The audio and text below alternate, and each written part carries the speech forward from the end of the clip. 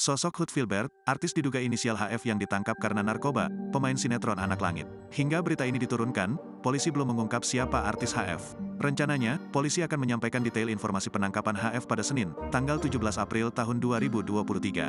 Meski demikian, diduga artis HF itu adalah Hood Filbert. Lantas, siapakah Hood Filbert? Hood Filbert merupakan artis muda kelahiran tanggal 17 Juni tahun 1995 di Jakarta. Pria berdarah keturunan Arab ini memiliki nama asli Hood Al-Idrus, demikian tulis Wikipedia. Dikutip dari Tribun Sumsel, karir Hood Filbert dimulai sejak kecil saat ia menjadi aktor cilik pada tahun 2007.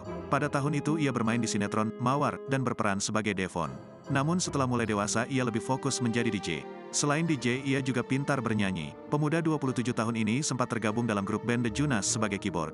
Namun ia memutuskan keluar dari grup band tersebut pada 2019 dan kembali ke dunia seni peran. Namanya mulai populer setelah memerankan karakter Stephen di sinetron Cinta Misteri. Beberapa sinetron lainnya yang telah ia bintangi yakni Mutiara Duyung, Tiara Cinta, dan kembalinya Raden Kian Santang, Anak Langit serta IPA IPS.